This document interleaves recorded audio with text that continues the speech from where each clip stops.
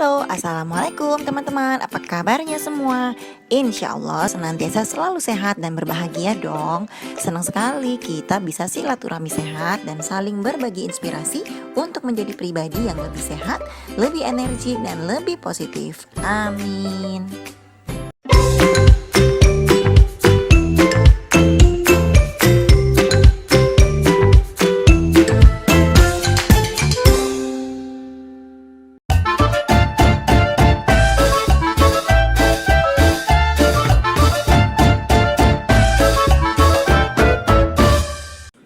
Tidak bisa dipungkiri, demi mendapatkan berat badan ideal, banyak orang rela menghabiskan waktunya di gym ataupun melakukan olahraga sendiri.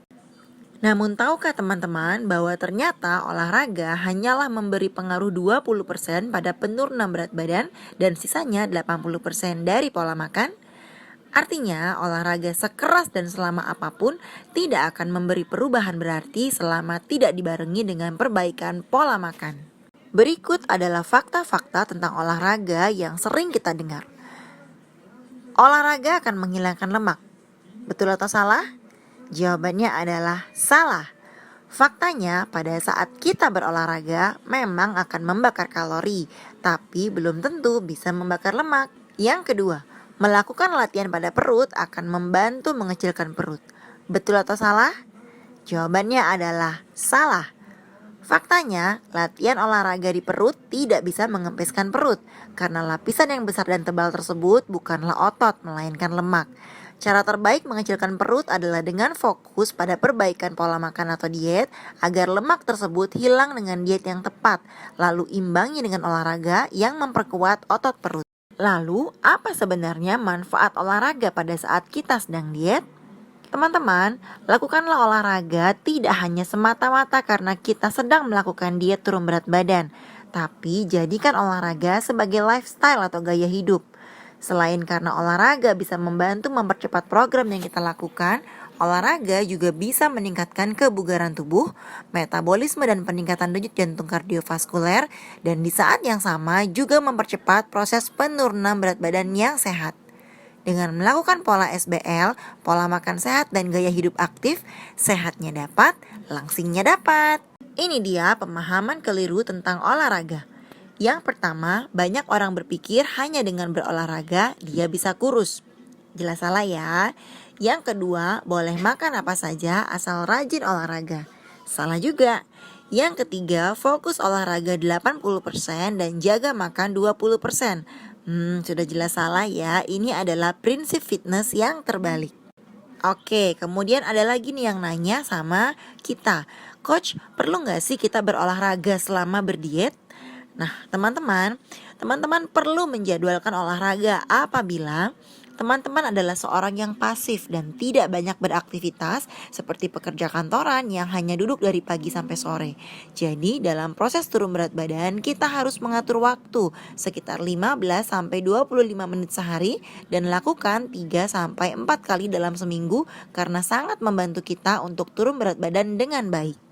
Tidak perlu menambah jadwal olahraga apabila yang pertama, teman-teman adalah seorang yang sangat aktif dan berkeringat, berjalan cepat, banyak berdiri, melakukan kerja berat dan banyak menggunakan tenaga. Ya, jadi kalau teman-teman aktivitasnya sangat berat, nggak perlu tambah jadwal olahraga ya. Kemudian siapa lagi yang tidak perlu menambah jadwal olahraga? Yaitu apabila teman-teman masih punya berat berlebih sekitar 20-30 kg. Artinya teman-teman tidak perlu melakukan olahraga yang berat. Untuk yang masih punya PR turun lebih dari 20 kg, cukup dengan latihkan diri agar lebih aktif berolahraga dulu.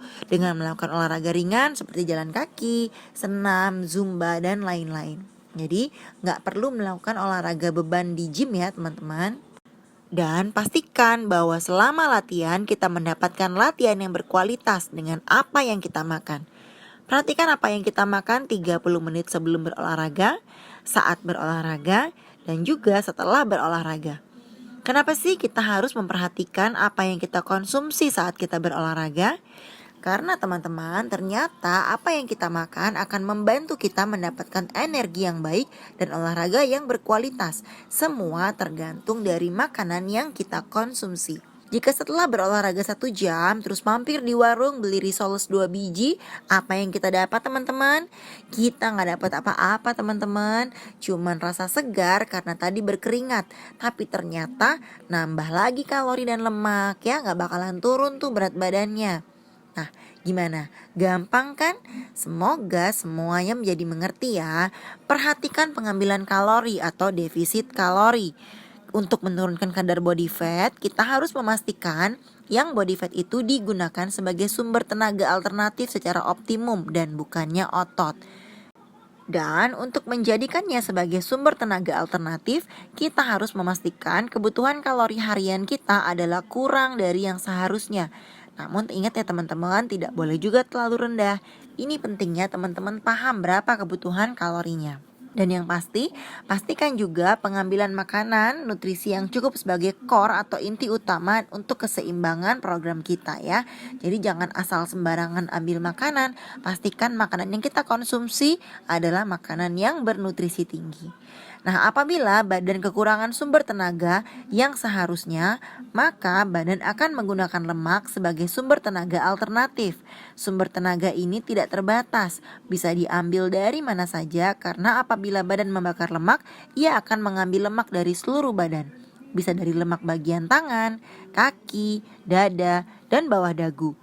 Perut untuk pria dan punggung untuk wanita adalah 2 tempat terakhir yang paling susah atau yang paling lama dibuang lemaknya.